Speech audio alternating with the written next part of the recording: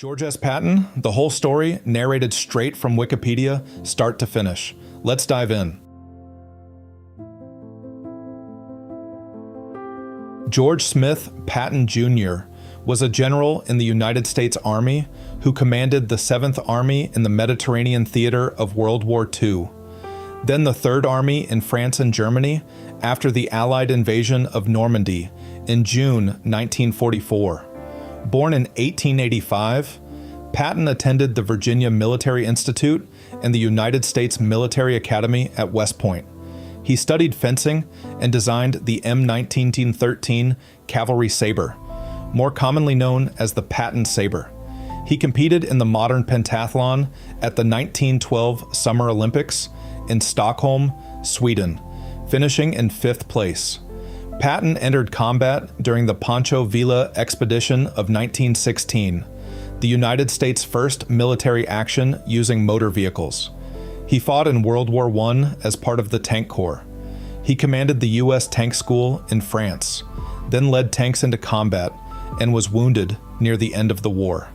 In the interwar period, Patton became a central figure in the development of the Army's armored warfare doctrine, serving in numerous staff positions throughout the country. At the United States' entry into World War II, he commanded the 2nd Armored Division. Patton led U.S. troops into the Mediterranean theater with an invasion of Casablanca during Operation Torch in 1942, and soon established himself as an effective commander by rapidly rehabilitating the demoralized II Corps. He commanded the U.S. 7th Army during the Allied invasion of Sicily, where he was the first Allied commander to reach Messina. There he was embroiled in controversy after he slapped 2 shell-shocked soldiers and was temporarily removed from battlefield command. He was assigned a key role in Operation Fortitude, the Allies' military deception campaign for Operation Overlord. At the start of the Western Allied invasion of France, Patton was given command of the 3rd Army, which conducted a highly successful, rapid armored drive across France. Under his decisive leadership, the 3rd Army took the lead in relieving beleaguered American troops at Bastogne during the Battle of the Bulge, after which his forces drove deep into Nazi Germany by the end of the war. During the Allied occupation of Germany, Patton was named military governor of Bavaria, but was relieved for making aggressive statements towards the Soviet Union and questioning Denazification. He also held anti-Semitic views and made derogatory statements about Jewish people. He commanded the United States 15th Army for slightly more than 2 months. Severely injured in an auto accident, he died in Germany 12 days later, on 21st December 1945. Patton's colorful image, hard-driving personality, and success as a commander were at times overshadowed by his controversial public statements.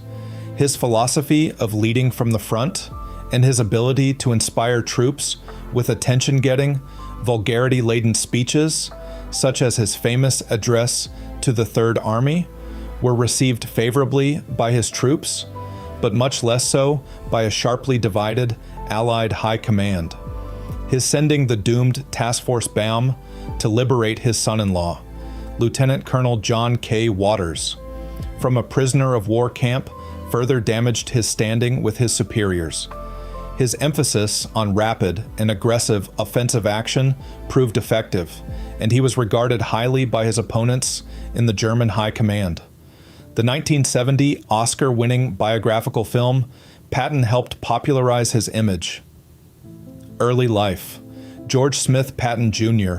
was born on 11th of November, 1885, in the Los Angeles suburb of San Gabriel, California, to George S. Patton and his wife, Ruth Wilson, the daughter of Benjamin Davis Wilson, the 2nd mayor of Los Angeles, and Margaret Hereford, a widow from Virginia. The wealthy Patton family resided at Lake Vineyard, built by Benjamin Wilson on 128 acres, 52 hectares, in present-day San Marino, California. Patton had a younger sister, Anne, nicknamed Nita. Nita became engaged to John J. Pershing, Patton's mentor, in 1917, but the engagement ended because of their separation during Pershing's time in France during World War I. Patton's paternal grandfather was Confederate Colonel George S. Patton, Sr. As a child, Patton had difficulty learning to read and write, but eventually overcame this and was known in his adult life to be an avid reader. He was tutored from home until the age of 11, when he was enrolled in Stephen Cutter Clark's Classical School for Boys, a private school in Pasadena, for 6 years. Patton was described as an intelligent boy and was widely read in classical military history, particularly the exploits of Hannibal, Scipio Africanus, Julius Caesar, Joan of Arc, and Napoleon Bonaparte, as well as those of Confederate cavalry commander John Singleton Mosby, a family friend who frequently stopped by the Patton family home when George was a child. He was also a devoted horseback rider. Patton never seriously considered a career other than the military. At the age of 17, he sought an appointment to the United States Military Academy at West Point, New York. He also applied to several universities with military corps of cadet programs and was accepted to Princeton, but eventually decided on the Virginia Military Institute, VMI, which his father and grandfather had attended. He attended the school from 1903 to 1904, and though he struggled with reading and writing, performed exceptionally in uniform and appearance inspection, as well as military drill. While he was at VMI, Senator Thomas R. Bard nominated him for West Point. He was an initiate of the Beta Commission of Kappa Alpha Order. In his plebe, first year at West Point, Patton adjusted easily to the routine. However, his academic performance was so poor that he was forced to repeat his first year after failing mathematics. He excelled at military drills, though his academic performance remained average. He was cadet sergeant major during his junior year, and the cadet adjutant his senior year. He also joined the football team, but he injured his arm and stopped playing on several occasions. Instead, he tried out for the sword team and track and field, and specialized in the modern pentathlon.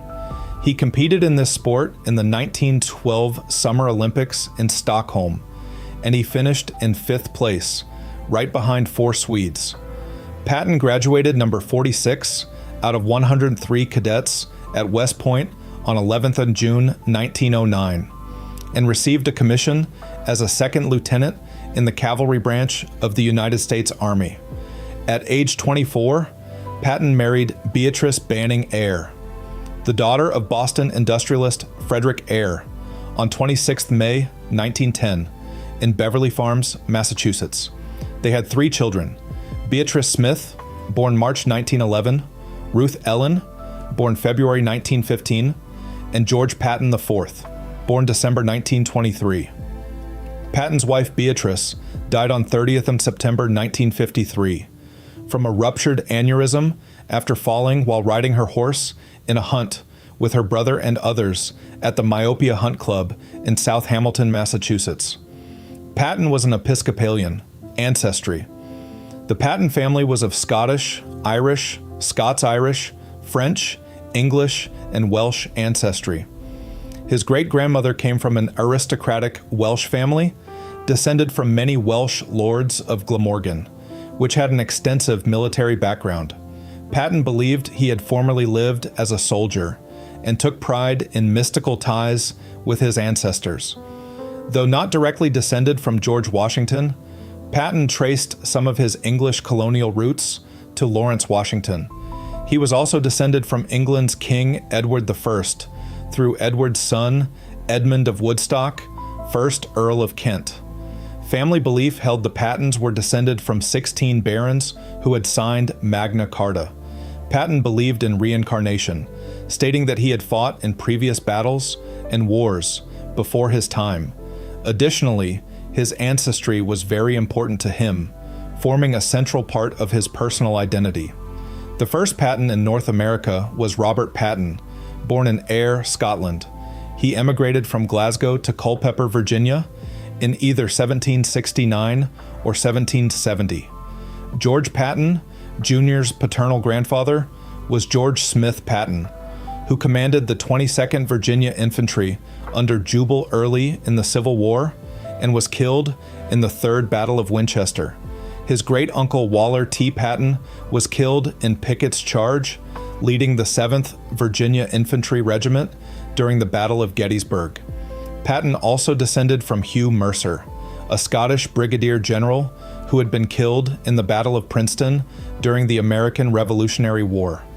Patton's father, who graduated from the Virginia Military Institute, VMI, became a lawyer and later the district attorney of Los Angeles County.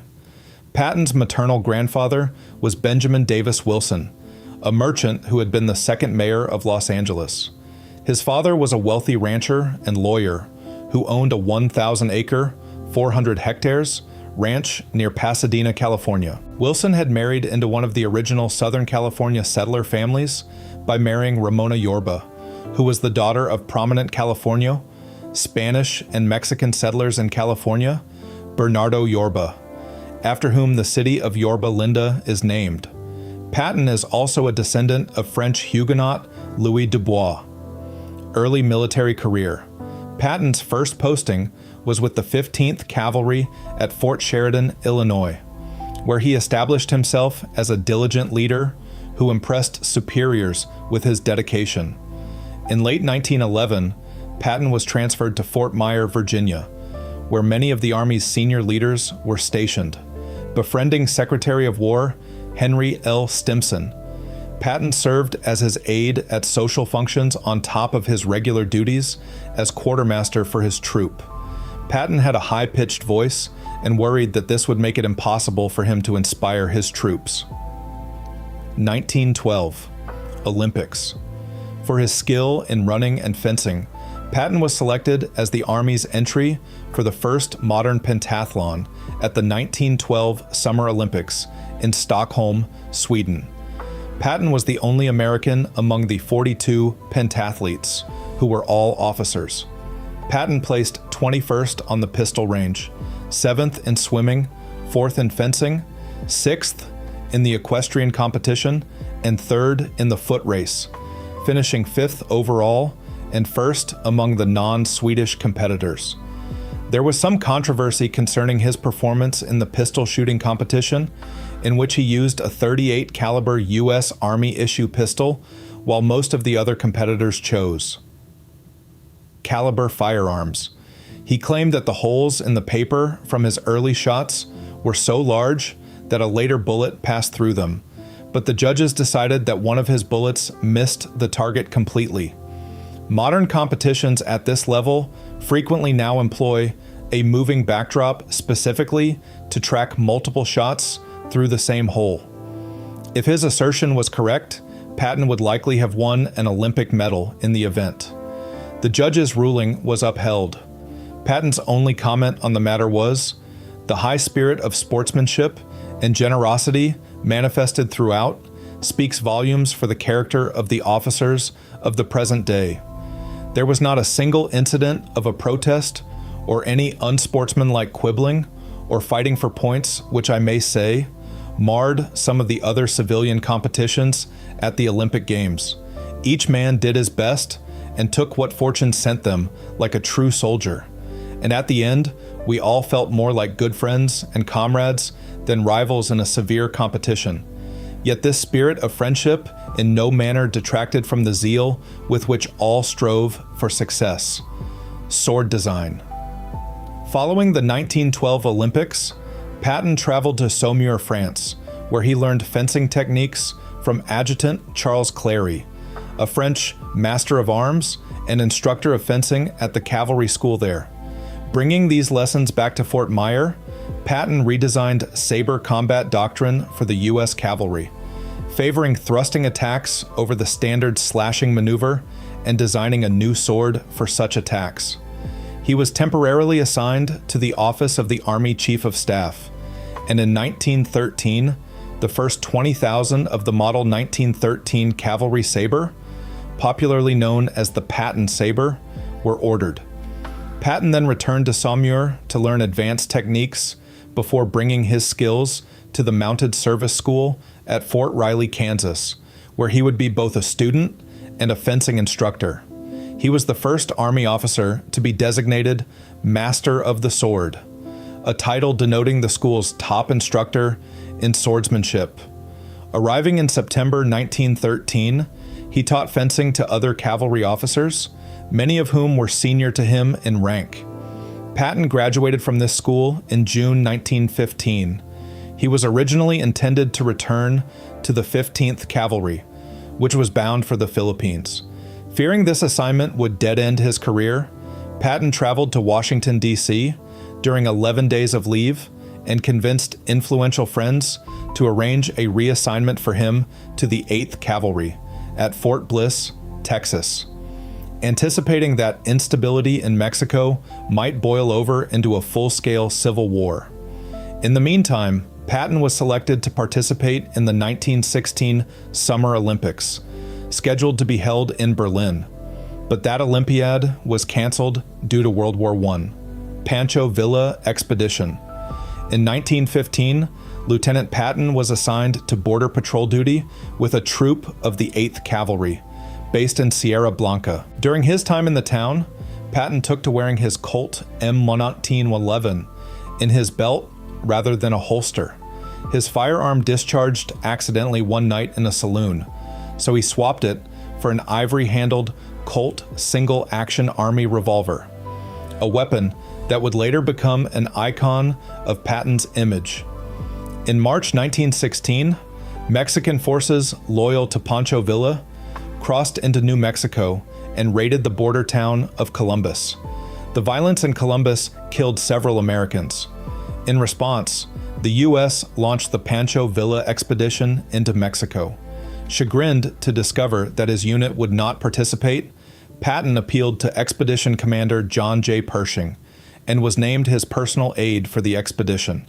This meant that Patton would have some role in organizing the effort, and his eagerness and dedication to the task impressed Pershing.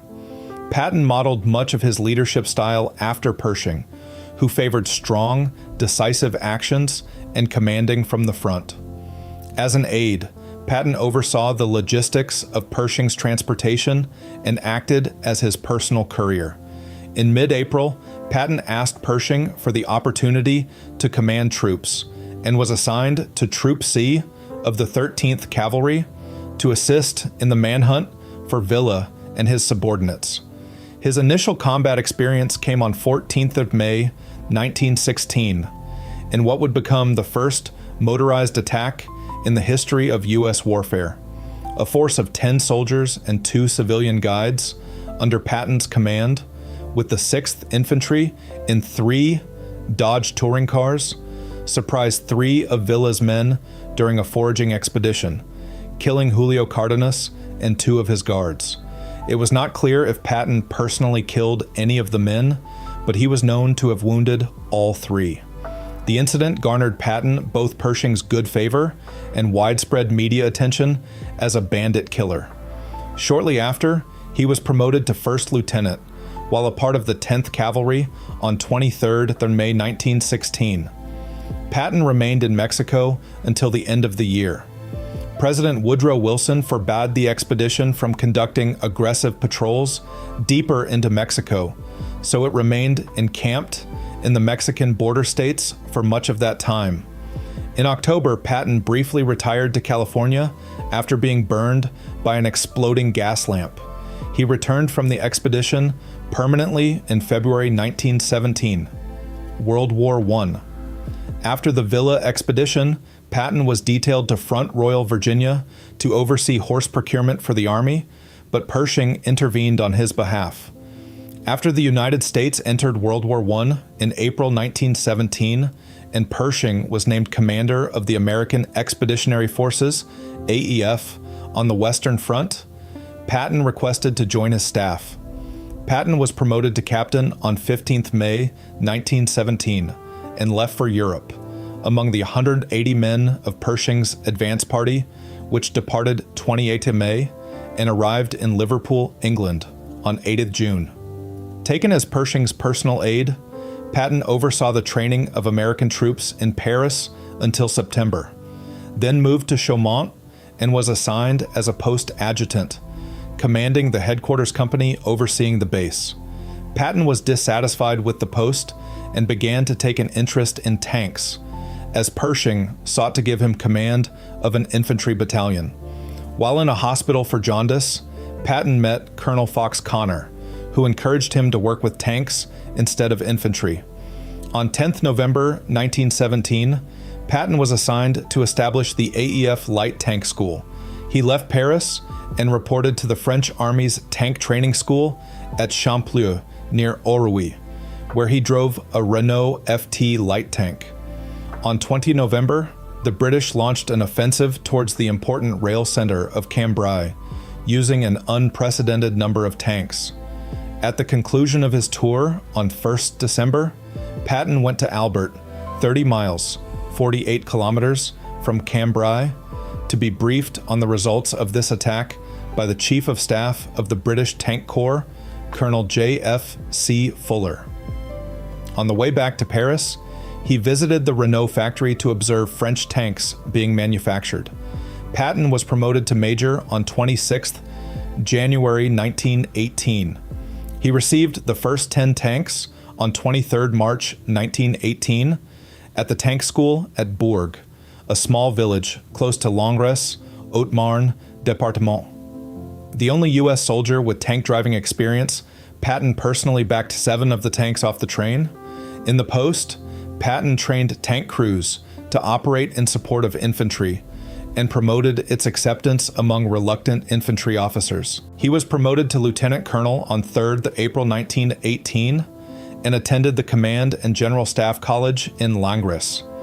In August 1918, he was placed in charge of the U.S. 1st Provisional Tank Brigade, redesignated the 304th Tank Brigade on 6th of November 1918. Patton's Light Tank Brigade was part of Colonel Samuel D. Rockenbach's Tank Corps, part of the American First Army. Personally overseeing the logistics of the tanks in their first combat use by U.S. forces, and reconnoitering the target area for their first attack himself, Patton ordered that no U.S. tank be surrendered. Patton commanded American-crewed Renault FT tanks at the Battle of Saint-Mihiel, leading the tanks from the front for much of their attack, which began on 12th of September. He walked in front of the tanks into the German-held village of Essay and rode on top of a tank during the attack into Pon, seeking to inspire his men. While outside the village of Essay, he had his first chance meeting with Brigadier General Douglas MacArthur, then commanding a brigade of the 42nd Rainbow Division, who, at just 38, was already one of the most highly decorated officers in the AEF, and with whom Patton would serve later in his career. Patton's brigade was then moved to support E Corps for the upcoming Meuse-Argonne offensive, which began on 26 September.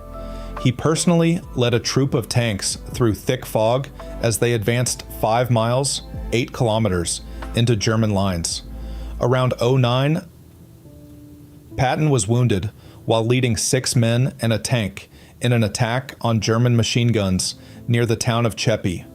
His orderly, Private First Class Joe Angelo, saved Patton, for which he was later awarded the Distinguished Service Cross, DSC. Patton commanded the battle from a shell hole for another hour before being evacuated. Although the 35th Division, of which Patton's tank troop was a component, eventually captured Varennes, it did so with heavy losses. Trying to move his reserve tanks forward, Patton relates that he might have killed one of his own men, stating, "Some of my reserve tanks were stuck by some trenches, so I went back and made some Americans hiding in the trenches dig a passage. I think I killed one man here. He would not work, so I hit him over the head with a shovel." Patton stopped at a rear command post to submit his report before heading to a hospital.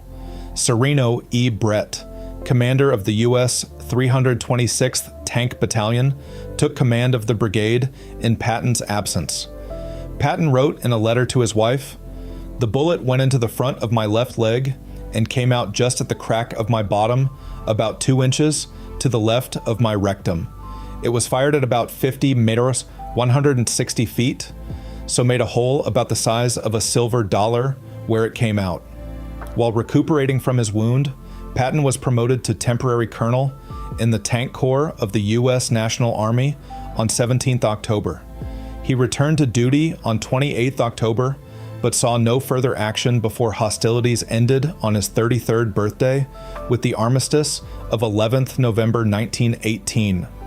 For his actions in Chepi, Patton received the Silver Star, later upgraded to the DSC.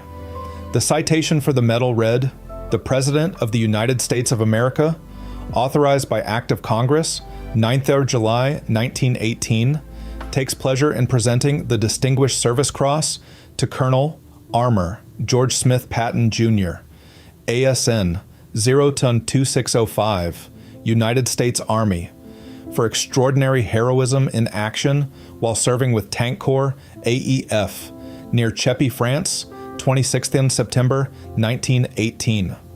Colonel Patton displayed conspicuous courage, coolness, energy, and intelligence in directing the advance of his brigade down the Valley of the Aire. Later, he rallied a force of disorganized infantry and led it forward, behind the tanks, under heavy machine gun and artillery fire until he was wounded. Unable to advance further, Colonel Patton continued to direct the operations of his unit until all arrangements for turning over the command were completed. For his leadership of the Tank Brigade and Tank School, he was awarded the Army Distinguished Service Medal, the citation for which reads, "The President of the United States of America, authorized by Act of Congress, 9th of July 1918, takes pleasure in presenting the Army Distinguished Service Medal to Colonel Tank Corps George Smith Patton Jr., ASN 02605, United States Army, for exceptionally meritorious and distinguished services to the government of the United States, in a duty of great responsibility during World War I. By his energy and sound judgment, Colonel Patton rendered very valuable services in his organization and direction of the Tank Center at the Army Schools at Langres, France. In the employment of Tank Corps troops in combat, he displayed high military attainments, zeal, and marked adaptability in a form of warfare comparatively new to the American Army. He was awarded the Purple Heart for his combat wounds after the decoration was created in 1932. On 11th of November 1918, World War I ended. In the months and years that followed, Patton was haunted by his experience in the Meuse Argonne. Although he emerged from the war with honors and acclaim, the year 1918 took its toll, and the price was indeed high. Contrary to his image as a tough guy, Patton was deeply affected by the horror of war and suffered from post-traumatic stress. What had been a high on the battlefield turned into the giant letdown that is so common to soldiers who have been in combat, interwar years. Patton left France for New York City on 2nd March 1919. After the war, he was assigned to Camp Meade, Maryland, and reverted to his permanent rank of captain on 30th of June 1920, though he was promoted to major again the next day. Patton was given temporary duty in Washington, D.C. that year to serve on a committee writing a manual on tank operations. During this time, he developed a belief that tanks should be used not as infantry support, but rather as an independent fighting force. Patton supported the M1919 design created by J. Walter Christie, a project which was shelved due to financial considerations. While on duty in Washington, D.C. in 1919, Patton met Dwight D. Eisenhower, who would play an enormous role in Patton's future career. During and following Patton's assignment in Hawaii, he and Eisenhower corresponded frequently. Patton sent notes and assistance to help Eisenhower graduate from the General Staff College. With Christie, Eisenhower, and a handful of other officers, Patton pushed for more development of armored warfare in the interwar era.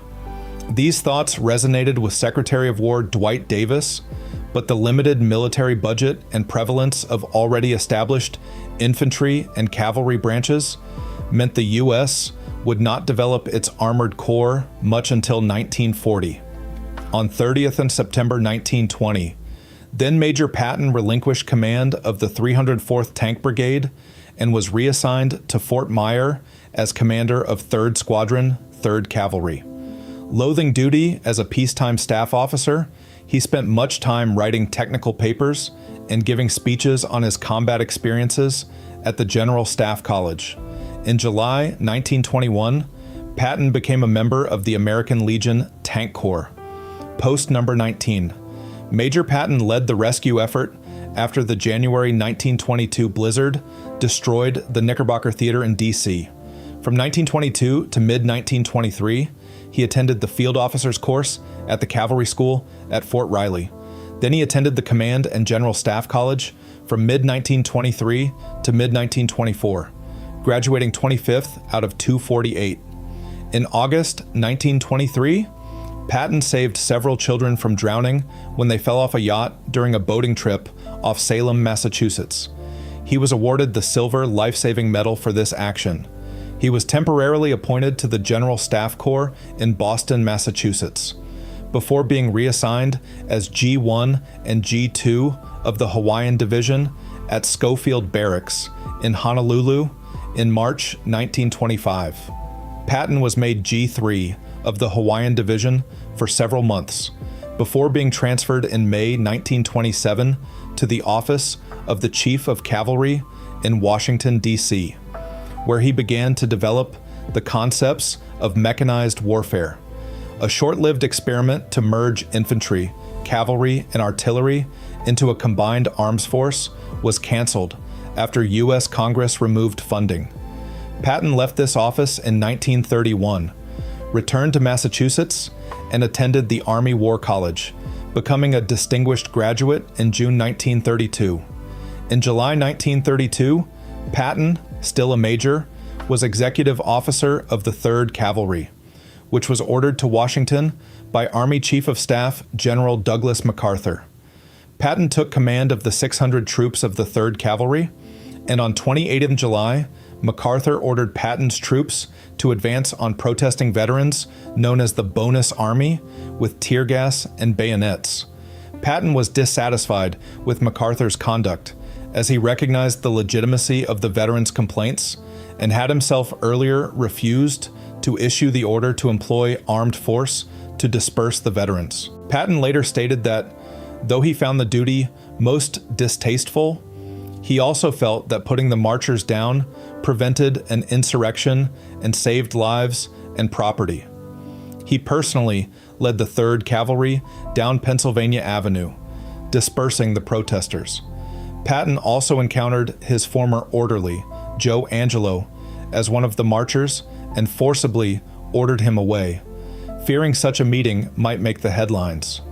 Patton was promoted to lieutenant colonel in the regular army on 1st March 1934 and was transferred to the Hawaiian Division in early 1935 to serve as G2. During this posting, Patton feuded with his commander, Hugh Aloysius Drum, another Pershing protege. At a polo match in which Patton was playing, Drum was among the spectators and rebuked Patton for his use of angry profanity during the game. The civilian players, who were members of Hawaii's wealthy elite on friendly terms with the equally wealthy and elite Patton, humiliated Drum by standing up for Patton. Patton followed the growing hostility and conquest aspirations of the militant Japanese leadership. He wrote a plan to intern the Japanese living in the islands in the event of an attack as a result of the atrocities carried out by Japanese soldiers on the Chinese in the Sino-Japanese War. In 1937, he wrote a paper with the title Surprise, which predicted, with what Desta termed chilling accuracy, a surprise attack by the Japanese on Hawaii. Depressed at the lack of prospects for new conflict, Patton took to drinking heavily and allegedly began a brief affair with his 21-year-old niece by marriage, Jean Gordon. This supposed affair distressed his wife and nearly resulted in their separation. Patton's attempts to win her back were said to be among the few instances in which he willingly showed remorse or submission. Patton continued playing polo and sailing in this time. After sailing back to Los Angeles for extended leave in 1937, he was kicked by a horse and fractured his leg. Patton developed phlebitis from the injury, which nearly killed him. The incident almost forced Patton out of active service, but a 6-month administrative assignment in the academic department at the Cavalry School at Fort Riley helped him to recover. Patton was promoted to colonel on 24th July 1938 and given command of the 5th Cavalry at Fort Clark, Texas for 6 months, a post he relished, but he was reassigned to Fort Myer again in December as commander of the 3rd Cavalry. There, he met the Army's Deputy Chief of Staff, George C. Marshall, who was so impressed with him that Marshall considered Patton a prime candidate for promotion to general. In peacetime, though, he would remain a colonel to remain eligible to command a regiment. When Mahlon Craig retired as Chief of Staff of the United States Army in 1939, Drum was a candidate to succeed him. Drum wanted the position badly enough to set aside his feud with Patton and ask Patton to intercede with the retired but still influential Pershing. Despite these efforts, Drum was passed over in favor of Marshall. Patton had a personal schooner named When and If. The schooner was designed by famous naval architect John G. Alden and built in 1939. The schooner's name comes from Patton, saying he would sail it when and if he returned from war. World War II. Following the German Army's invasion of Poland and the outbreak of World War II in Europe in September 1939, the U.S. military entered a period of mobilization, and Colonel Patton sought to build up the power of U.S. armored forces. During maneuvers the Third Army conducted in 1940, Patton served as an umpire, where he met Adna R. Chaffee Jr., and the two formulated recommendations to develop an armored force. Chaffee was named commander of this force and created the 1st and 2nd Armored Divisions, as well as the 1st Combined Arms Doctrine. He named Patton commander of the 2nd Armored Brigade, part of the 2nd Armored Division. The division was one of few organized as a heavy formation with many tanks, and Patton was in charge of its training. Patton was promoted to brigadier general on 2nd October, made acting division commander in November when Charles L. Scott assumed command of I Armored Corps, and on 4th of April 1941 was promoted again to Major General as Commanding General, CG, of the 2nd Armored Division. As Chaffee stepped down from command of the I Armored Corps, Patton became the most prominent figure in U.S. armor doctrine. In December 1940, he staged a high-profile mass exercise in which 1,000 tanks and vehicles were driven from Columbus, Georgia, to Panama City, Florida, and back. He repeated the exercise with his entire division of 1,300 vehicles the next month. Patton earned a pilot's license, and during these maneuvers, observed the movements of his vehicles from the air to find ways to deploy them effectively in combat. His exploits earned him a spot on the cover of Life magazine.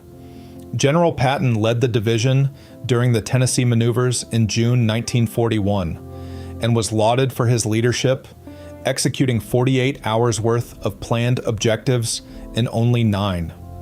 During the September Louisiana maneuvers, his division was part of the losing Red Army in Phase 1, but in Phase 2 was assigned to the Blue Army. His division executed a 400-mile, 640 kilometers end run around the Red Army and captured Shreveport, Louisiana. During the October-November Carolina maneuvers, Patton's division captured the now Lieutenant General Drum, who served as the commander of the opposing army.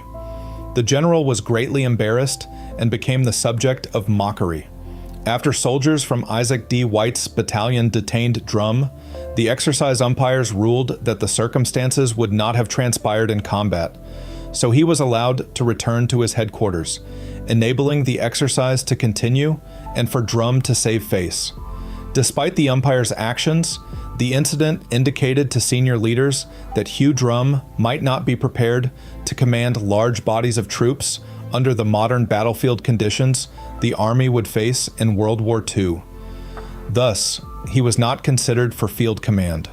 On 15th January 1942, a few weeks after the American entry into World War II, he succeeded Scott as commander of I Armored Corps, and the next month established the Desert Training Center in the Coachella Valley region of Riverside County in California to run training exercises.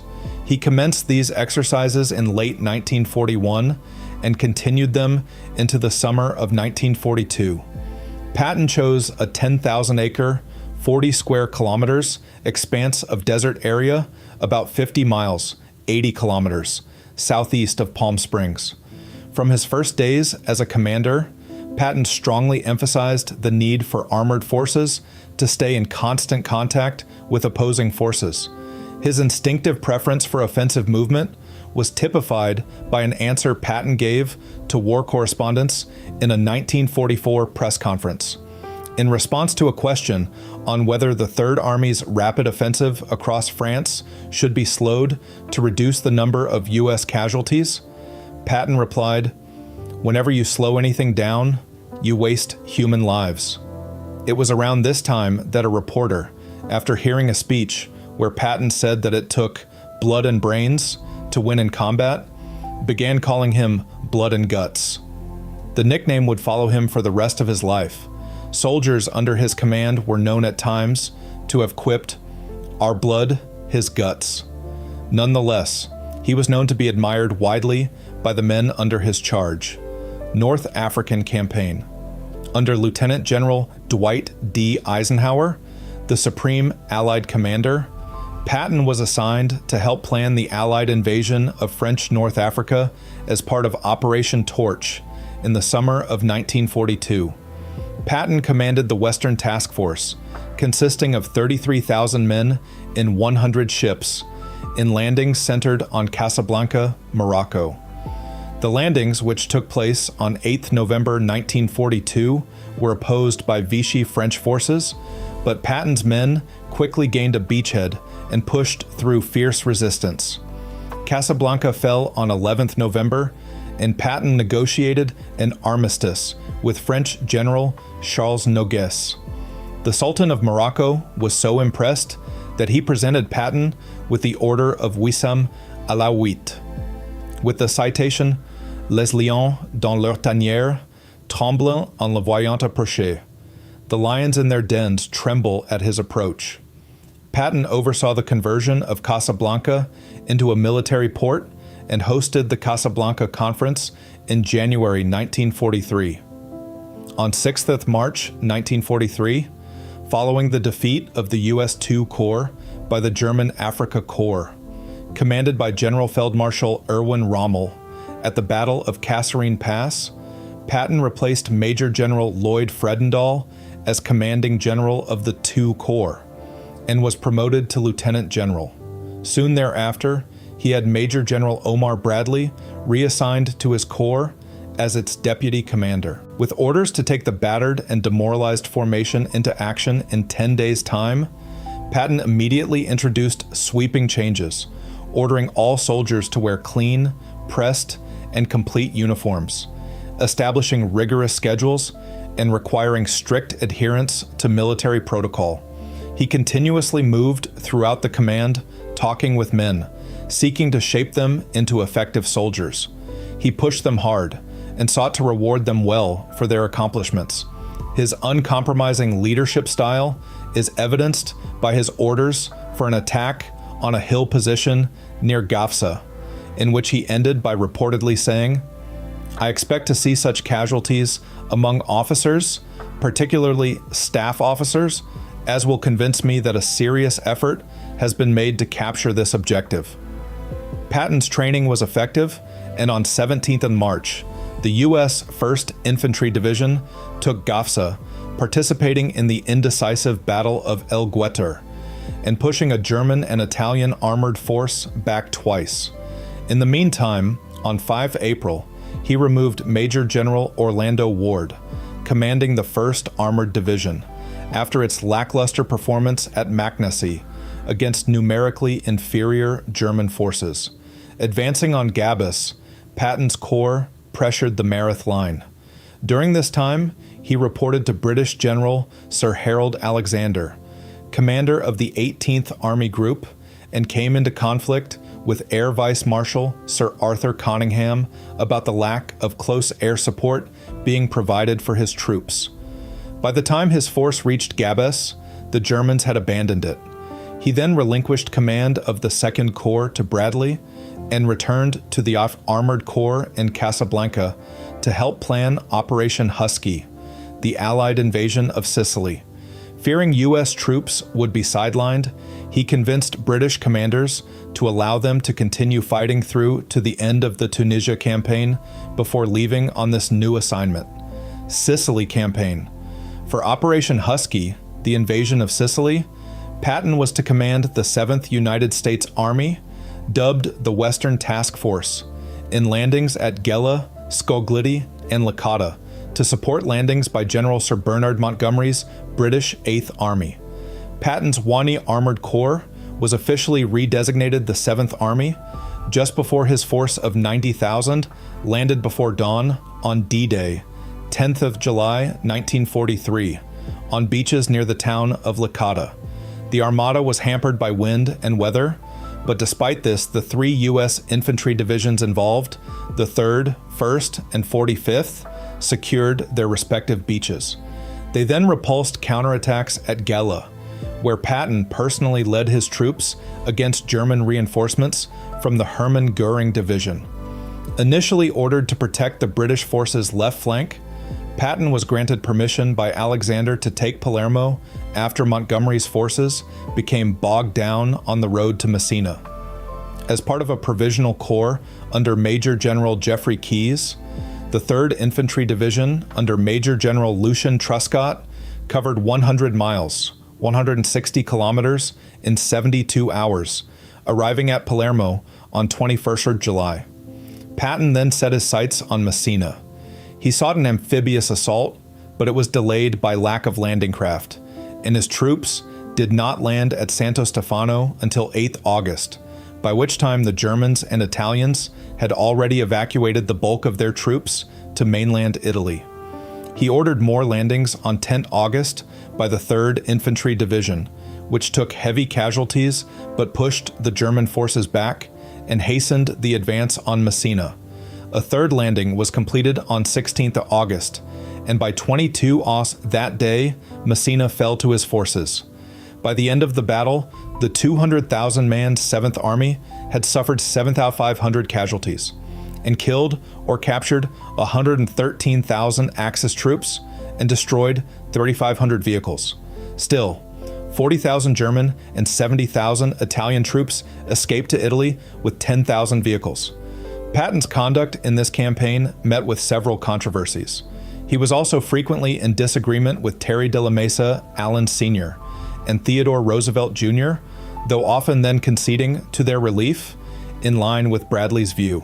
When Alexander sent a transmission on 19th of July limiting Patton's attack on Palermo, his chief of staff, Brigadier General Hobart R. Gay, claimed the message was lost in transmission until Palermo had fallen. In an incident on 22nd of July, while a U.S. armored column was under attack from German aircraft, he shot and killed a pair of mules that had stopped while pulling a cart across a bridge. The cart was blocking the way of the column. When their Sicilian owner protested, Patton attacked him with a walking stick and had his troops push the 2 mule carcasses off the bridge. When informed of the Biscari massacre of prisoners, which was by troops under his command, Patton wrote in his diary, "I told Bradley that it was probably an exaggeration, but in any case, to tell the officer to certify that the dead men were snipers or had attempted to escape or something, as it would make a stink in the press and also would make the civilians mad. Anyhow, they are dead, so nothing can be done about it." Bradley refused Patton's suggestions.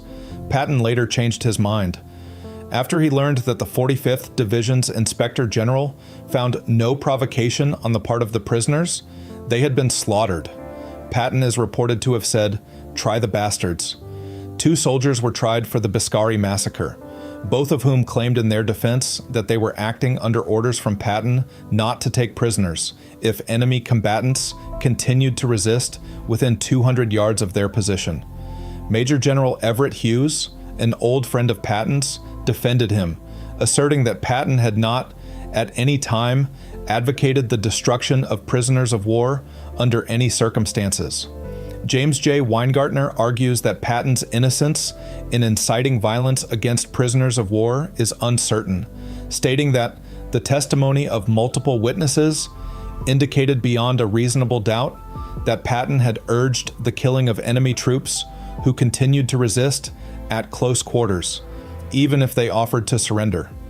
Patton probably wished his troops to deny quarter or refuse to accept the surrender of enemy combatants who continued to resist at close range, itself a violation of the laws of war, although common practice, by the 20th century. But it should not be surprising if some Americans concluded that they were authorized to kill resolute enemy soldiers after they had placed themselves under American control. No official action was taken against Patton for any complicity in the massacre. Slapping incidents and aftermath. 2 high-profile incidents of Patton striking subordinates during the Sicily campaign attracted national controversy following the end of the campaign. On 3 August 1943, Patton slapped and verbally abused Private Charles H. Cool at an evacuation hospital in Nicosia after he had been found to suffer from battle fatigue. On 10 August, Patton slapped Private Paul G. Bennett under similar circumstances. Ordering both soldiers back to the front lines, Patton railed against cowardice and issued orders to his commanders to discipline any soldier making similar complaints. Word of the incident reached Eisenhower, who privately reprimanded Patton and insisted he apologize. Patton apologized to both soldiers individually, as well as to doctors who witnessed the incidents, and later to all of the soldiers under his command in several speeches. Eisenhower suppressed the incident in the media, but in November, journalist Drew Pearson revealed it on his radio program. Criticism of Patton in the United States was harsh and included members of Congress and former generals, Pershing among them. The views of the general public remained mixed on the matter, and eventually Secretary of War Henry L. Stimson stated that Patton must be retained as a commander because of the need for his aggressive, winning leadership in the bitter battles which are to come before final victory. Patton did not command a force in combat for 11 months. In September, Bradley, who was Patton's junior, in both rank and experience, was selected to command the 1st United States Army forming in England to prepare for Operation Overlord. This decision had been made before the slapping incidents were made public, but Patton blamed them for his being denied the command. Eisenhower felt the invasion of Europe was too important to risk any uncertainty, and that the slapping incidents had been an example of Patton's inability to exercise discipline and self-control. While Eisenhower and Marshall both considered Patton to be a skilled combat commander, they felt Bradley was less impulsive and less prone to making mistakes. On 26th of January 1944, Patton was formally given command of the U.S. Third Army in England, a newly formed field army, and he was assigned to prepare its inexperienced soldiers for combat in Europe. This duty kept Patton busy during the first half of 1944. Ghost Army. The German High Command had more respect for Patton than for any other Allied commander, and considered him to be central to any plan to invade Europe from England. Because of this, Patton was made a prominent figure in the deception scheme Operation Fortitude during the first half of 1944. Through the British network of double agents, the Allies fed German intelligence a steady stream of false reports about troop sightings and that Patton had been named commander of the 1st United States Army Group, FUSAG. all designed to convince the Germans that Patton was preparing this massive command for an invasion at Pas de Calais. Fusag was in reality an intricately constructed fictitious army of decoys, props, and fake radio signal traffic based around Dover to mislead German reconnaissance planes and to make Axis leaders believe that a large force was massing there. This helped to mask the real location of the invasion in Normandy. Patton was ordered to keep a low profile to deceive the Germans into thinking that he was in Dover throughout early 1944, when he was actually training the Third Army. As a result of Operation Fortitude, the German 15th Army remained at the Pas de Calais to defend against Patton's supposed attack. So strong was their conviction that this was the main landing area that the German army held its position there even after the invasion of Normandy on 6th of June 1944. Believing it to be a diversionary force, Patton flew to France a month later and then returned to Combat Command. Normandy, breakout offensive.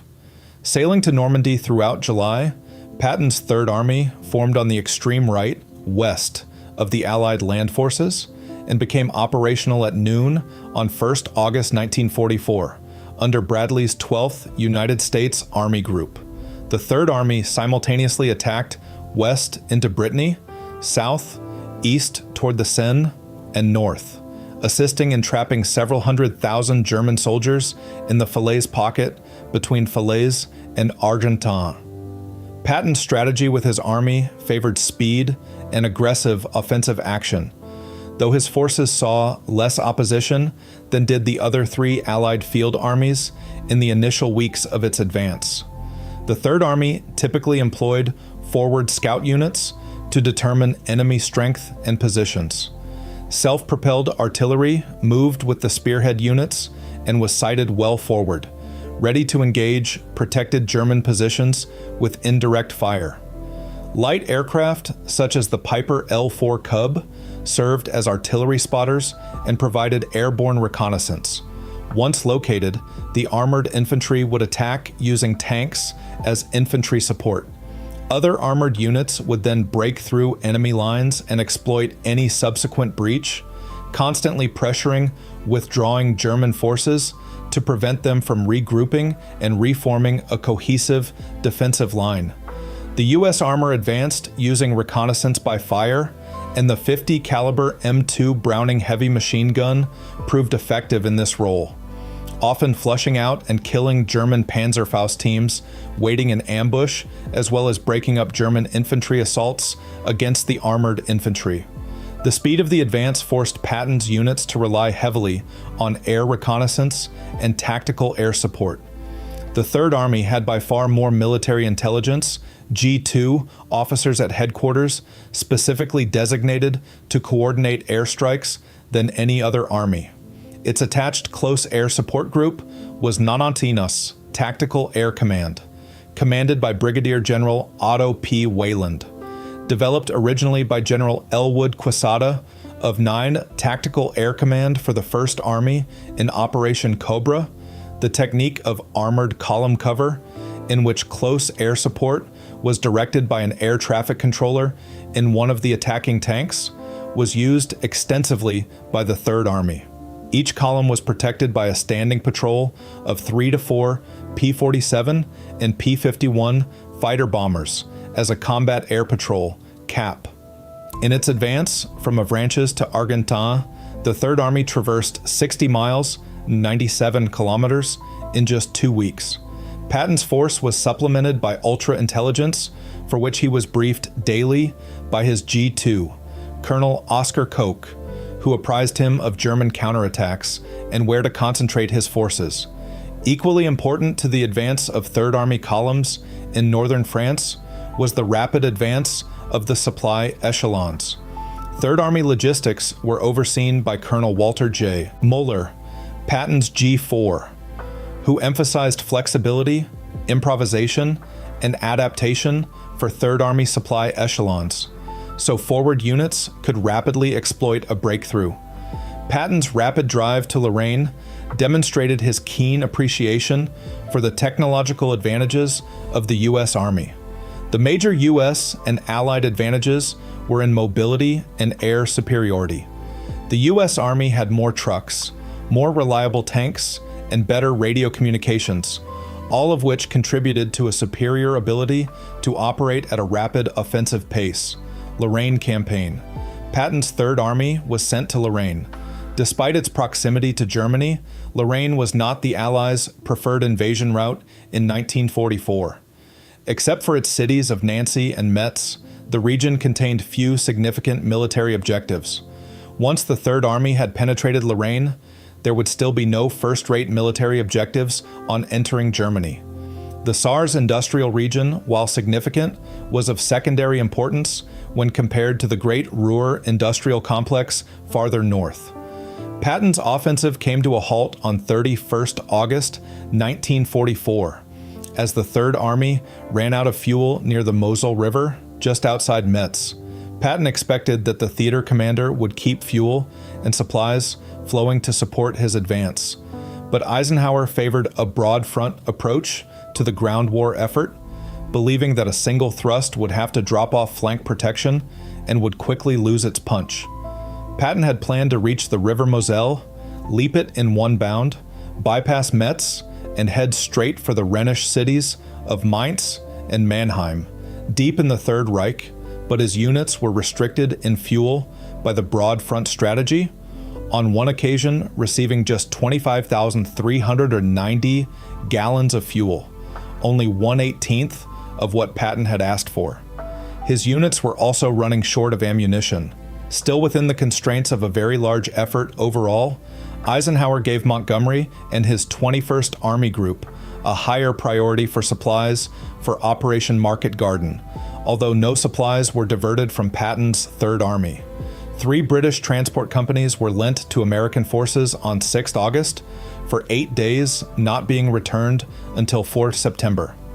The Third Army exhausted its fuel supplies, however, after the Market Garden operation. According to Bradley, there was parity of supplies between the 3 Allied armies, 2nd British, 1st, and 3rd U.S., by mid-September 1944, and according to the official U.S. Army history, as cited on page 52 in Hugh Cole's book, The Lorraine Campaign. By 10th September, the period of critical gasoline shortage had ended. This was a whole week before Market Garden took place. The gasoline drought was the end of August, beginning of September. The French rail network, which was repaired and quickly put to use, greatly aided the speed of the Third Army's logistical recovery. In eastern France, the rail network was relatively undamaged by Allied aircraft and had been abandoned almost intact by the retreating Germans. The Third Army brought its railheads as far forward as Nancy. The French themselves operated the trains, providing rolling stock and trained personnel to supplement the Third Army. Patton believed his forces were close enough to the Siegfried Line that he remarked to Bradley that with 400,000 gallons of gasoline, he could be in Germany within 2 days. In late September, a large German panzer counterattack sent expressly to stop the advance of Patton's Third Army was defeated by the U.S. 4th Armored Division at the Battle of Aurecourt. The German commanders believed this was because their counterattack had been successful. The halt of the Third Army during the month of September was enough to allow the Germans to strengthen the fortress of Metz. Patton's forces reached the fortress at Metz on 5th September 1944, forcing a German surrender on 21st November 1944, taking over 10 weeks in the Battle of Metz, with both sides suffering heavy casualties. Also, an attempt by Patton to seize Fort Driant, just south of Metz, was defeated. Patton's decisions in taking this city were criticized. German commanders interviewed after the war noted he could have bypassed the city and moved north to Luxembourg, where he would have been able to cut off the German 7th Army. The German commander of Metz, General Hermann Balck, also noted that a more direct attack would have resulted in a more decisive Allied victory in the city. Historian Carlo Desta later wrote that the Lorraine campaign was one of Patton's least successful, faulting him for not deploying his divisions more aggressively and decisively. Patton remained frustrated at the lack of progress of his forces. From 8th of November to 15th of December, his army advanced no more than 40 miles, 64 kilometers. In the Lorraine campaign, an overview, September-December 1944, on page 36, Dr. Christopher R. Gable of the Combat Studies Institute stated in February 1985, was the Lorraine campaign an American victory? From September through November, Third Army claimed to have inflicted over 180,000 casualties on the enemy. But to capture the province of Lorraine, a problem which involved an advance of only 40 to 60 air miles, Third Army required over 3 months and suffered 50,000 casualties, approximately 1/3 of the total number of casualties it sustained in the entire European war. Battle of the Bulge. In December 1944, the German army, under the command of German Field Marshal Gerd von Rundstedt, launched a last-ditch offensive across Belgium, Luxembourg, and northeastern France. On 16th of December 1944, it massed 29 divisions totaling 250,000 men at a weak point in the Allied lines, and during the early stages of the ensuing Battle of the Bulge, made significant headway towards the Meuse River during a severe winter. Eisenhower called a meeting of all senior Allied commanders on the Western Front at a headquarters near Verdun on the morning of 19th of December to plan strategy in a response to the German assault. At the time, Patton's Third Army was engaged in heavy fighting near Saarbrücken. Guessing the intent of the Allied command meeting, Patton ordered his staff to make 3 separate operational contingency orders to disengage elements of the Third Army from its present position and begin offensive operations towards several objectives in the area of the Bulge occupied by German forces. At the Supreme Command Conference, Eisenhower led the meeting, which was attended by Patton, Bradley, General Jacob Devers, Major General Kenneth Strong, Deputy Supreme Commander Air Chief Marshal Arthur Tedder, and several staff officers. When Eisenhower asked Patton how long it would take him to disengage 6 divisions of his Third Army and commence a counterattack north to relieve the U.S. 101st Airborne Division, which had been trapped at Bastogne, Patton replied, "As soon as you're through with me." Patton then clarified that he had already worked up an operational order for a counterattack by 3 full divisions on 21st December, then only 48 hours away. Eisenhower was incredulous. "Don't be fatuous, George. If you try to go that early, you won't have all 3 divisions ready, and you'll go piecemeal." Patton replied that his staff already had a contingency operations order ready to go. Still unconvinced, Eisenhower ordered Patton to attack the morning of 22nd December, using at least 3 divisions. Patton left the conference room, phoned his command, and uttered 2 words: "Play ball." This code phrase initiated a prearranged operational order with Patton's staff, mobilizing 3 divisions: the 4th Armored Division, the 80th Infantry Division, and the 26th Infantry Division, from the Third Army and moving them north toward Bastogne. In all, Patton would reposition 6 full divisions, U.S. 3 Corps and U.S. Dewant Corps, from their positions on the Saar River front along a line stretching from Bastogne to Diekirch and to Echternach, the town in Luxembourg that had been at the southern end of the initial Bulge front line on 16th of December. Within a few days, more than 133,000 Third Army vehicles were rerouted into an offensive that covered an average distance of over 11 miles, 18 kilometers, per vehicle, followed by support echelons carrying 62,000 tons, 61,000 long tons, 68,000 short tons of supplies. On 21st December, Patton met with Bradley to review the impending advance, starting the meeting by remarking, "Brad, this time the Krauts stuck his head in the meat grinder, and I've got hold of the handle." Patton then argued that his Third Army should attack toward Koblenz, cutting off the Bulge at the base and trap the entirety of the German armies involved in the offensive.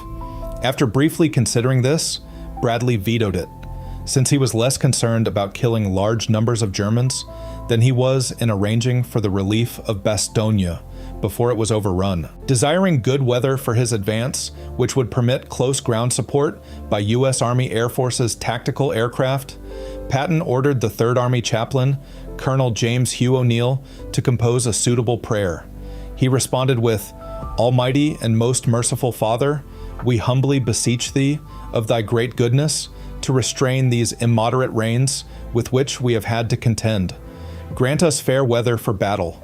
Graciously hearken to us as soldiers who call upon thee that, armed with thy power, we may advance from victory to victory and crush the oppression and wickedness of our enemies, and establish thy justice among men and nations.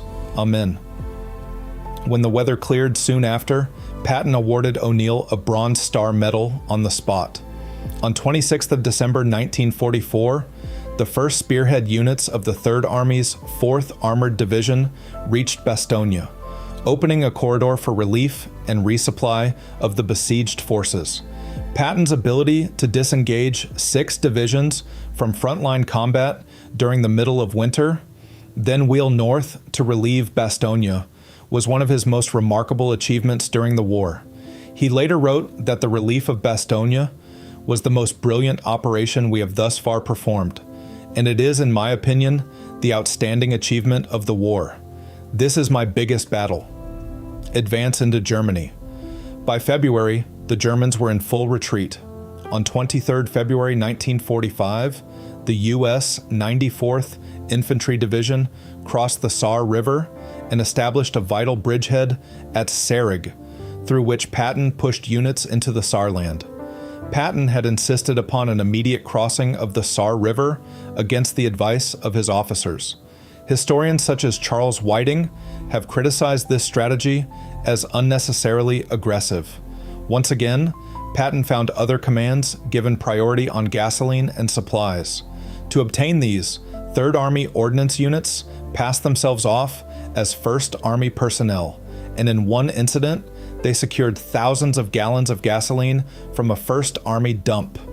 Between 29th of January and 22nd March, the 3rd Army took Trier, Koblenz, Bingen, Worms, Mainz, Kaiserslautern, and Ludwigshafen, killing or wounding 99,000 and capturing 112 German soldiers, which represented virtually all of the remnants of the German 1st and 7th Armies.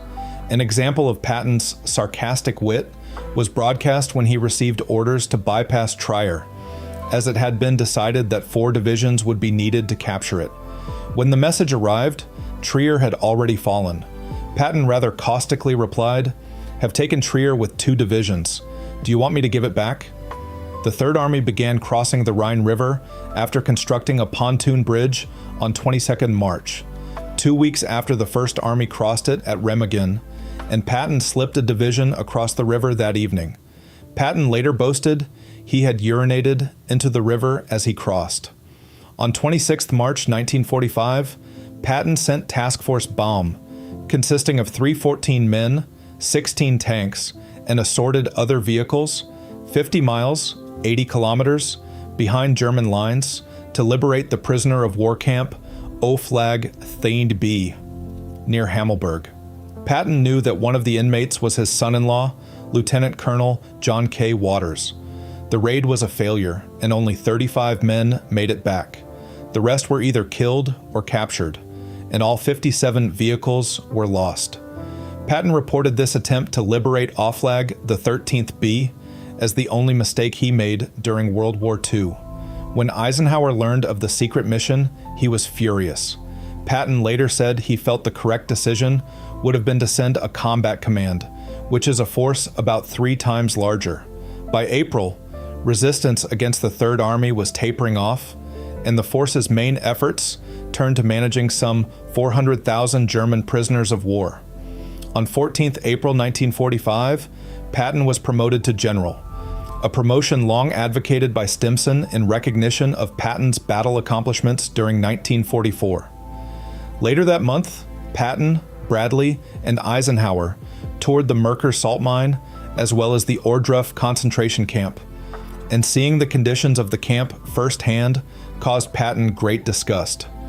Third Army was ordered toward Bavaria and Czechoslovakia, anticipating a last stand by German forces there. He was reportedly appalled to learn that the Red Army would take Berlin, feeling that the Soviet Union was a threat to the US. Armies advanced to Pilsen, but was stopped by Eisenhower from reaching Prague, Czechoslovakia, before VE Day on 8th May and the end of the war in Europe. In its advance from the Rhine to the Elbe, Patton's Third Army, which numbered between 250,000 and 300,000 men at any given time, captured 32,163 square miles, 84,860 square kilometers of German territory. Its losses were 202 killed, 7,954 wounded, and 591 missing. German losses in the fighting against the Third Army totaled 20,100 killed, 47,700 wounded, and 653,140 captured. Between becoming operational in Normandy on 1st August 1944 and the end of hostilities on 9th May 1945, the Third Army was in continuous combat for 281 days. In that time, it crossed 24 major rivers and captured 81,500 square miles, 211,000 square kilometers of territory, including more than 12,000 cities and towns. The Third Army claimed to have killed, wounded, or captured 111,388 German soldiers, 6 times its strength in personnel. Fuller's review of Third Army records differs only in the number of enemies killed and wounded, stating that between 1st August 1944 and 9th May 1945, 47,500 of the enemy were killed, 115,700 wounded, and 1,286 captured, for a total of 1,443 post-war. Patton asked for a command in the Pacific War, begging Marshall to bring him to that war in any way possible. Marshall said he would be able to do so only if the Chinese secured a major port for his entry, an unlikely scenario. In mid-May, Patton flew to Paris, then London for rest. On 7 June, he arrived in Bedford, Massachusetts, for extended leave with his family, and was greeted by thousands of spectators. Patton then drove to Hatch Memorial Shell and spoke to some 20,000, including a crowd of 400 wounded Third Army veterans. In this speech, he aroused some controversy among the Gold Star mothers when he stated that a man who dies in battle is frequently a fool, adding that the wounded are heroes.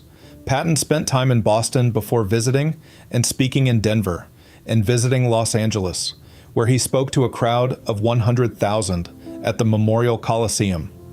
On 14th of June 1945, Secretary of War Henry L. Stimson decided that Patton would not be sent to the Pacific, but would return to Europe in an occupation army assignment. Patton made a final stop in Washington, D.C., before returning to Europe in July to serve in the occupation forces.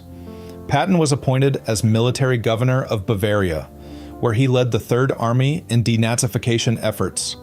Patton was particularly upset when learning of the end of the war against Japan, writing in his diary, "Yet another war has come to an end, and with it my usefulness to the world." Unhappy with his position and depressed by his belief that he would never fight in another war, Patton's behavior and statements became increasingly erratic.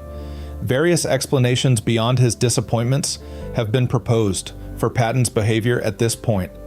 Carlo D'Este wrote that, "It seems virtually inevitable that Patton experienced some type of brain damage from too many head injuries, from a lifetime of numerous auto and horse-related accidents, especially one suffered while playing polo in 1936. Patton's niece, Jean Gordon, spent some time together with him in London in 1944 and in Bavaria in 1945. Patton repeatedly boasted of his sexual success with Gordon, and his wife and family plainly believed that the two were lovers. Some of his biographers are skeptical.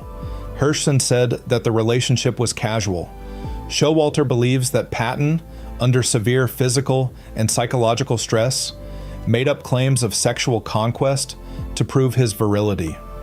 D'Este agrees that Patton's behavior suggests that in both 1936 in Hawaii and 1944 to 45, The presence of the young and attractive Jean was a means of assuaging the anxieties of a middle-aged man troubled over his virility and a fear of aging.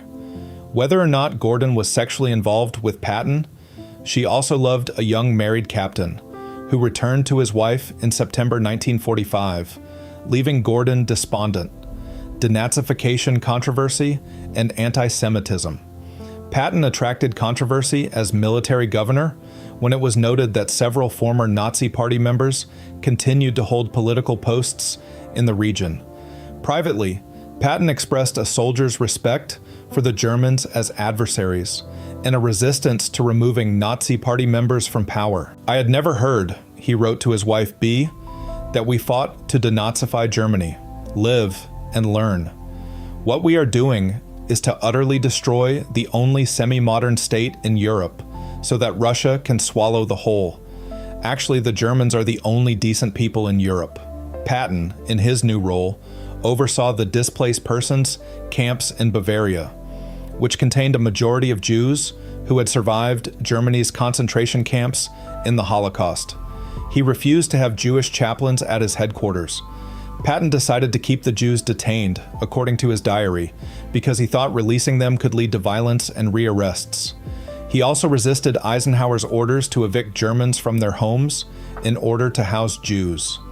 After Patton accompanied Eisenhower to a Yom Kippur service in one of the camps, he referred to the Jews at the service as a stinking mass of humanity, and complaining about their hygiene, said, "This happened to be the feast of Yom Kippur, so they were all collected in a large wooden building, which they called a synagogue.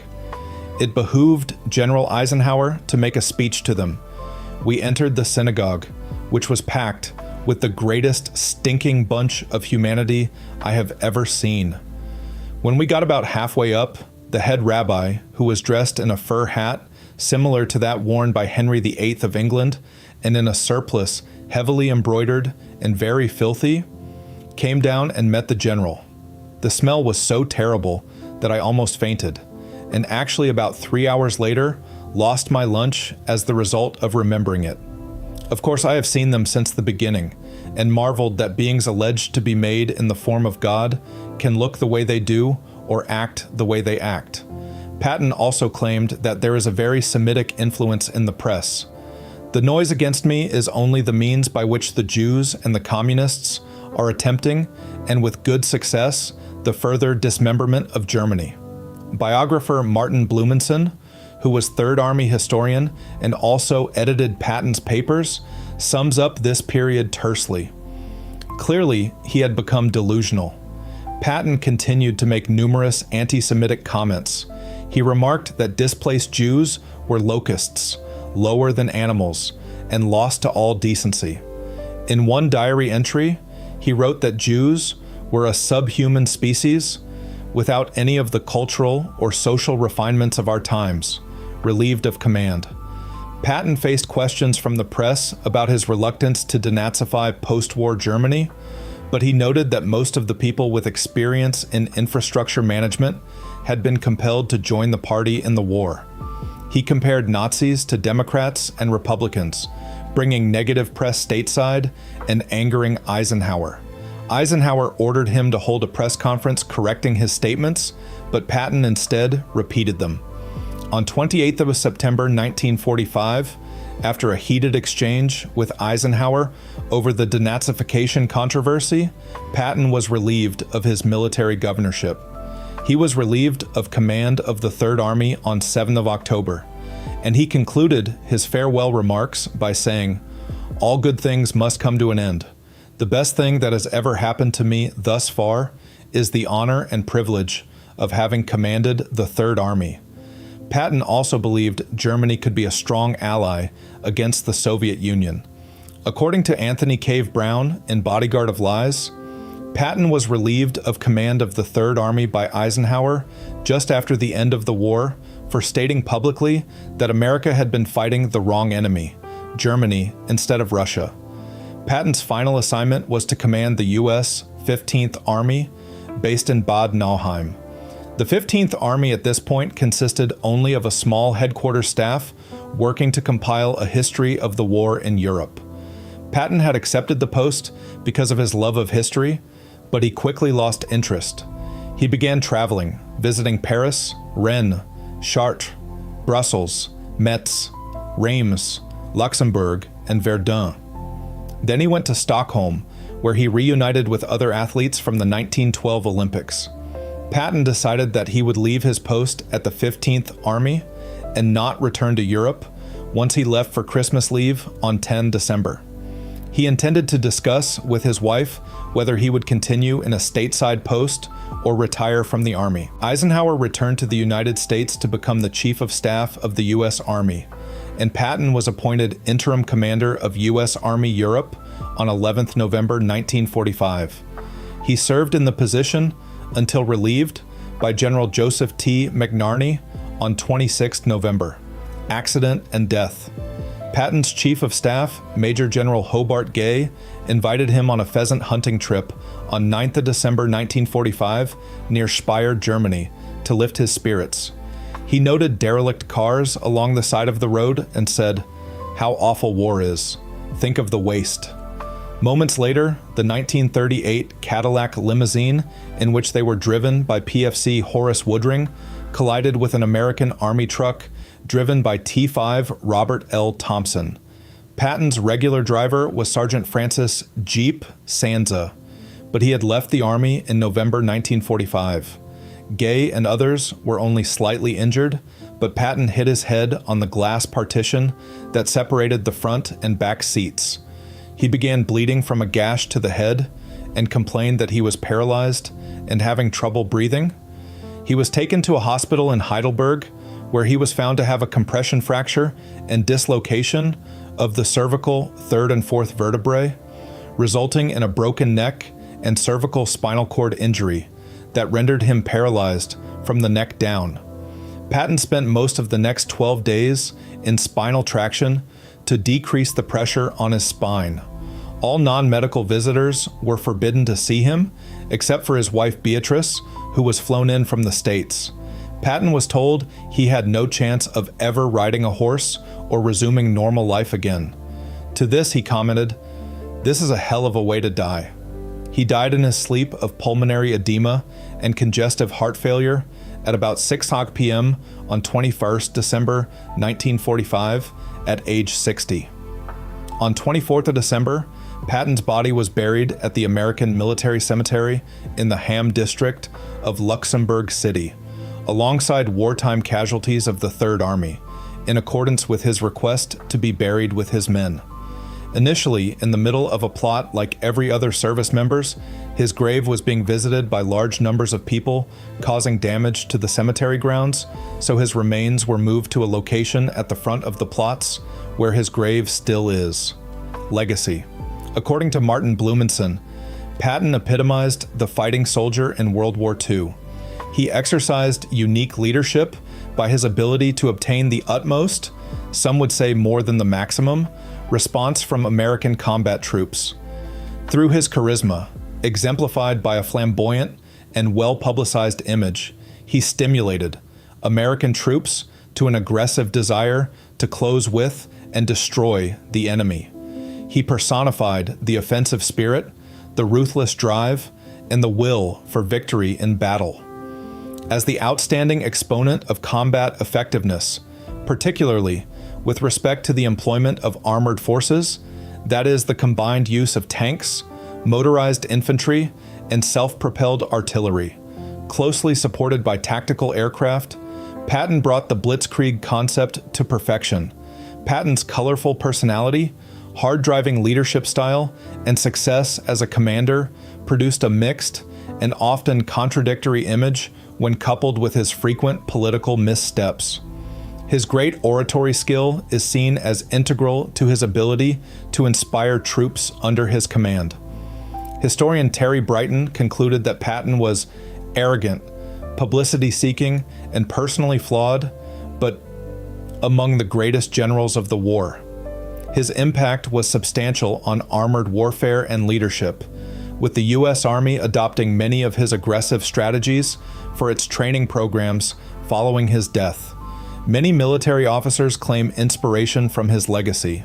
The first American tank designed after the war became the M46 Patton. Several actors have portrayed Patton on screen, most famously George C. Scott in the 1970 film Patton, for which he won and refused the Academy Award for Best Actor. He reprised the role in 1986 in the made-for-television film The Last Days of Patton, which tells the story of his last few months. Other actors who have portrayed Patton include Stephen McNally in the 1957 episode The Patton Prayer of the ABC religion anthology series Crossroads, John Larch in the 1963 film Miracle of the White Stallions, Kirk Douglas in the 1966 film Is Paris Burning?, George Kennedy in the 1978 film Brass Target, Darren McGavin in the 1979 miniseries Ike Robert Prentice, in the 1988 film Pancho Barnes, Mitchell Ryan in the 1989 film Double Exposure, The Story of Margaret Bourke White, Lawrence Dobkin in a 1989 episode of the miniseries War and Remembrance, Edward Asner in the 1997 film The Long Way Home, Gerald McRaney in the 2004 miniseries Ike Countdown to D-Day, Dan Higgins in a 2006 episode of the miniseries Man Moment Machine, Kelsey Grammer in the 2008 film An American Carol Ed Harris in Resistance, 2020. Image. Patton cultivated a flashy, distinctive image in the belief that it would inspire his troops. He carried an ivory-gripped, engraved, silver-plated Colt single-action army, caliber revolver on his right hip, and frequently wore an ivory-gripped Smith & Wesson Model 27.357 Magnum on his left hip. He was usually seen wearing a highly polished helmet, riding pants, and high cavalry boots. Patton also cultivated a stern expression he called his war face. He was known to oversee training maneuvers from atop a tank painted red, white, and blue. His Jeep bore oversized rank placards on the front and back, as well as a klaxon horn which would loudly announce his approach from afar. He proposed a new uniform for the emerging tank corps, featuring polished buttons, a gold helmet, and thick, dark padded suits. The proposal was derided in the media as the Green Hornet, and it was rejected by the Army. Historian Alan Axelrod wrote that, for Patton, leadership was never simply about making plans and giving orders. It was about transforming oneself into a symbol. Patton intentionally expressed a conspicuous desire for glory, atypical of the officer corps of the day, which emphasized blending in with troops on the battlefield. He was an admirer of Admiral Horatio Nelson for his actions in leading the Battle of Trafalgar in a full-dress uniform. Patton had a preoccupation with bravery, wearing his rank insignia conspicuously in combat, and at one point during World War II, he rode atop a tank into a German-controlled village, seeking to inspire courage in his men. Patton was a staunch fatalist, and he believed in reincarnation. He believed that he might have been a military leader, killed in action in Napoleon's army, or a Roman legionary in a previous life. Patton developed an ability to deliver charismatic speeches. He used profanity heavily in his speech, which generally was enjoyed by troops under his command, but it offended other generals, including Bradley. The most famous of his speeches were a series that he delivered to the Third Army prior to Operation Overlord. He was known for his bluntness and witticism. He once said, "The two most dangerous weapons the Germans have are our own armored half-track and Jeep. The half-track because the boys in it go all heroic, thinking they are in a tank. The Jeep because we have so many god-awful drivers." During the Battle of the Bulge, he famously remarked that the Allies should let the sons of bitches, Germans, go all the way to Paris, then we'll cut them off and round them up. He also suggested facetiously that his Third Army could drive the British back into the sea for another Dunkirk. As media scrutiny increased on Patton, his bluntness stirred controversy. These began in North Africa, when some reporters worried that he was becoming too close to former Vichy officials with Axis sympathies. His public image was more seriously damaged after the slapping incidents. Another controversy occurred prior to Operation Overlord, when Patton spoke at a British welcoming club at Knutsford in England. Since it is the evident destiny of the British and Americans, and of course, the Russians, to rule the world, the better we know each other, the better job we will do. The next day, news accounts misquoted him by leaving off the Russians. This was said to have slapped the face of every one of the United Nations except Great Britain, which nearly ended his career. On a visit home after the war, he again made headlines when he attempted to honor several wounded veterans in a speech by calling them the real heroes of the war, unintentionally offending the families of soldiers who had been killed in action. His final media blowup occurred in September 1945 when he said, "Denazification would be like removing all the Republicans and all the Democrats who were in office, who had held office or were quasi-Democrats or Republicans, and that would take some time." This caused Eisenhower to relieve him from command of the Third Army. As a leader, Patton was known to be highly critical, correcting subordinates mercilessly for the slightest infractions, but also quick to praise their accomplishments. He garnered a reputation as a general who was both impatient and impulsive, and had little tolerance for officers who had failed to succeed. However, he fired only General Orlando Ward, and that after 2 warnings, whereas Bradley sacked several generals during the war. Patton reportedly had the utmost respect for the men serving in his command, particularly the wounded. Many of his directives showed special trouble to care for the enlisted men under his command, and he was well known for arranging extra supplies for battlefield soldiers, including blankets, extra socks, galoshes, and other items normally in short supply at the front. Views on race. Patton is known to have held racist attitudes typical for those of his upbringing and family roots in the Confederate South. Privately, he wrote of black soldiers. Individually, they were good soldiers, but I expressed my belief at the time, and have never found the necessity of changing it, that a colored soldier cannot think fast enough to fight in armor. However, publicly, Patton stated that performance was more important than race or religious affiliation. "I don't give a damn who the man is. He can be a nigger or a Jew, but if he has the stuff and does his duty, he can have anything I've got.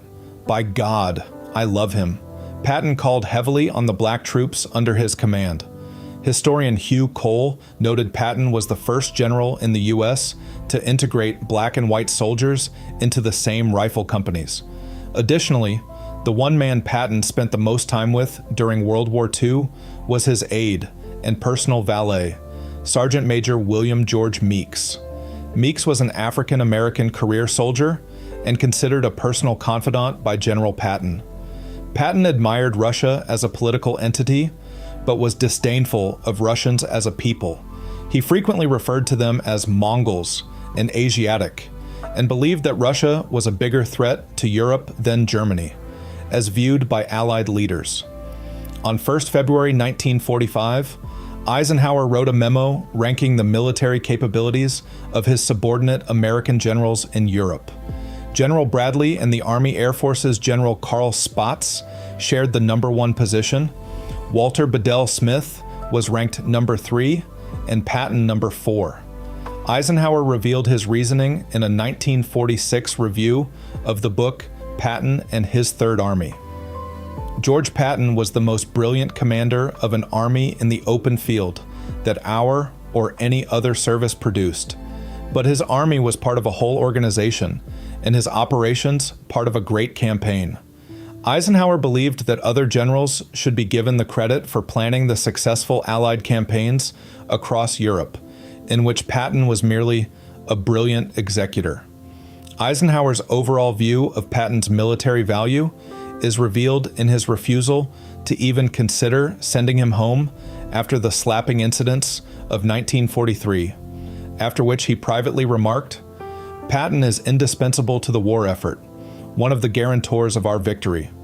Assistant Secretary of War John J. McCloy told Eisenhower, "Lincoln's remark after they got after Grant comes to mind when I think of Patton. I can't spare this man, he fights." After Patton's death, Eisenhower wrote, "He was one of those men born to be a soldier, an ideal combat leader." It is no exaggeration to say that Patton's name struck terror at the hearts of the enemy.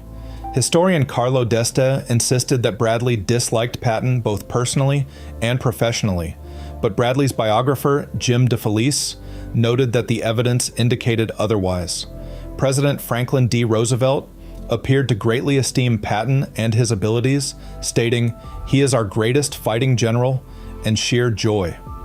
On the other hand, Roosevelt's successor, Harry S. Truman, appears to have taken an instant dislike to Patton, at one point comparing both him and Douglas MacArthur to George Armstrong Custer.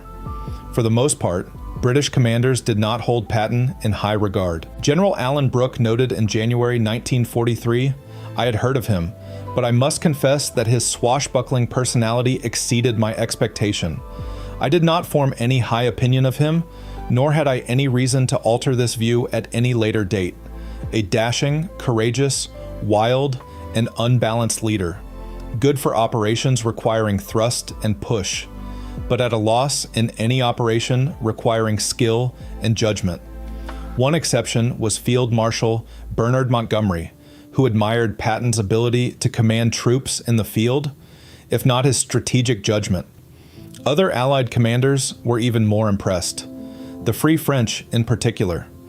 General Henri Giraud was incredulous when he heard of Patton's dismissal by Eisenhower in late 1945 and invited him to Paris to be decorated by France's Provisional Government Chairman Charles de Gaulle at a state banquet.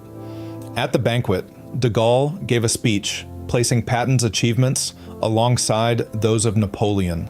Soviet leader Joseph Stalin stated that the Red Army could neither have planned nor executed Patton's rapid, armored advance across France, as viewed by Axis leaders. Allied leaders expressed mixed feelings on Patton's capabilities, but the German High Command was noted to have more respect for him than for any other Allied commander after 1943. Adolf Hitler reportedly called him that crazy cowboy general. Many German field commanders were generous in their praise of Patton's leadership following the war, and many of its highest commanders also held his abilities in high regard. Erwin Rommel credited Patton with executing the most astonishing achievement in mobile warfare. General Oberst Alfred Jodl stated that Patton was the American Guderian. He was very bold and preferred large movements. He took big risks and won big successes. General Feldmarschall Albert Kesselring said, "Patton had developed tank warfare into an art and understood how to handle tanks brilliantly in the field. I feel compelled, therefore, to compare him with General Feldmarschall Rommel, who likewise had mastered the art of tank warfare. Both of them had a kind of second sight in regard to this type of warfare." Fritz Bayerlein said, "I do not think that General Patton would let us get away so easily," referring to the escape of the Afrika Korps after the Battle of El Alamein. Field Marshal Gerd von Rundstedt told Stars and Stripes after his capture, "He is your best." That's the complete article. If you made it this far, you'll love the rest of the channel. Subscribe for a new Wikipedia deep dive every single day. The next video is on screen now, and if there's a topic you want narrated, drop it in the comments. Thanks for watching.